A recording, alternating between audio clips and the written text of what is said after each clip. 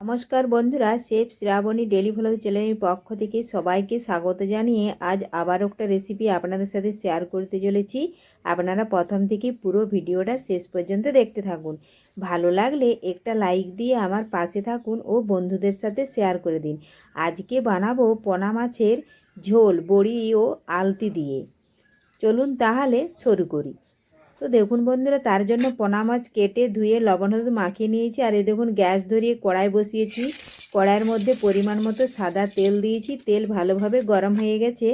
এখন দেখুন মাছগুলো আমি তেলের মধ্যে দিয়ে দিচ্ছি এক এক করে। তার আগে যদি কোনো বন্ধু আমার চ্যানেলে নতুন হয়ে থাকেন, চ্যানেলটি সাবস্ক্রাইব করে বেল আইকন অলে সেট করে দিন সবার প্রথমে আমার রেসিপি পেতে।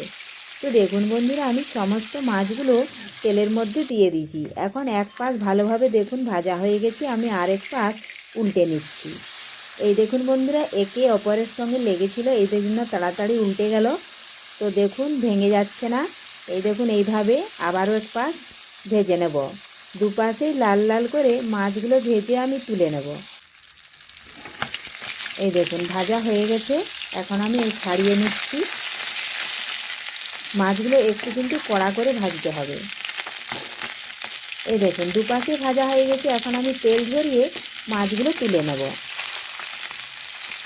রেসিপিটা বানানো খুবই সহজ, একবার দেখলেই আপনারাও বাড়িতে যে কেউ বানিয়ে নিতে পারবেন। দেখুন বন্ধুরা, মাছগুলো আমি তুলে নিয়েছি। এখন বড়িগুলো ভেজে নেব। এই দেখুন এভাবে নাড়াচাড়া করে লাল লাল করে ভেজে বড়িগুলো তুলে নেব।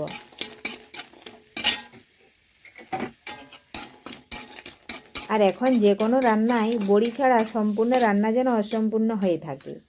এই দেখুন ভাজা হয়ে গেছে, বড়িগুলো আমি তুলে নিচ্ছি।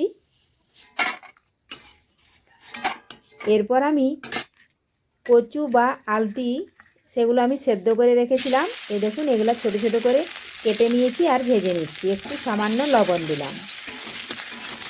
এই দেখুন এভাবে নাড়াচাড়া করে কচুগুলো আমি লাল লাল করে ভেজে নেব। দেখুন কচুগুলো লাল লাল করে ভেজে নিয়েছি। এখন তেল থেকে তুলে নিচ্ছি কচুগুলো। এখন ওই কড়ার মধ্যে আবারও পরিমাণ মতো সাদা তেল দিলাম।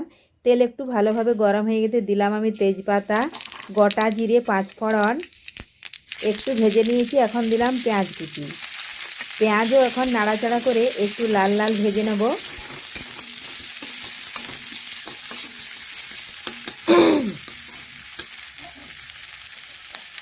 এই দেখুন পেঁয়াজ ভাজা হয়ে গেছে। এখন এর মধ্যে দেব আমি আদা, জিরে, রসুন, হলুদ ও লঙ্কা গুঁড়ো একসাথে দিয়ে দিলাম। একটু মশলাটা পেঁয়াজের সাথে মিশিয়ে একটু কষে নিচ্ছি।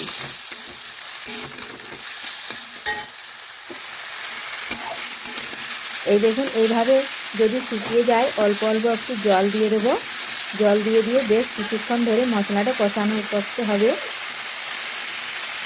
দিলাম স্বাদ মতো লবণ।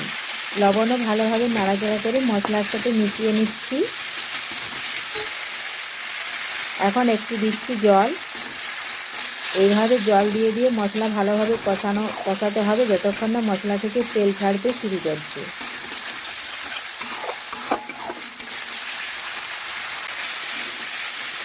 দেখুন বন্ধুরা, মশলা ভালোভাবে কষানো হয়ে গেছে। এখন আমি ঝোলের জন্য পরিমাণ মতো জল দিয়ে দিলাম। এখন এই জল ফুটে যাওয়া পর্যন্ত আমি বেশ কিছুক্ষণ ধরে অপেক্ষা করছি। দেখুন বন্ধুরা ভালোভাবে ফুটে গেছে। এখন ভেজে রাখা পোনা মাছ ও আলতি যে কচু ভেজে রেখেছিলাম সেগুলো দিয়ে দিচ্ছি। এই দেখুন একসাথেই দিয়ে দিলাম। দেওয়ার পরে আবারও কিছুক্ষণ আমি ভালোভাবে ফুটিয়ে নেব। তাহলে তৈরি হয়ে গেল কচু বা আলতি দিয়ে পোনা মাছের ঝোল বড়ি দিয়ে। দেখুন ফুটে এসেছে। এখন ভেজে রাখা বড়িও এর উপরে দিয়ে দেব। বড়ি দেওয়ার পরে আবারও আমি 5 সেকেন্ড ফুটিয়ে নেব, তাহলে বড়িগুলো সিদ্ধ হয়ে যাবে। তো তৈরি হয়ে গেল খুব সহজেই বড়ি আলতি দিয়ে পোনা মাছের ঝোল। রেসিপিটি ভালো লাগলে লাইক, শেয়ার, কমেন্ট করতে অবশ্যই ভুলবেন না বন্ধুরা।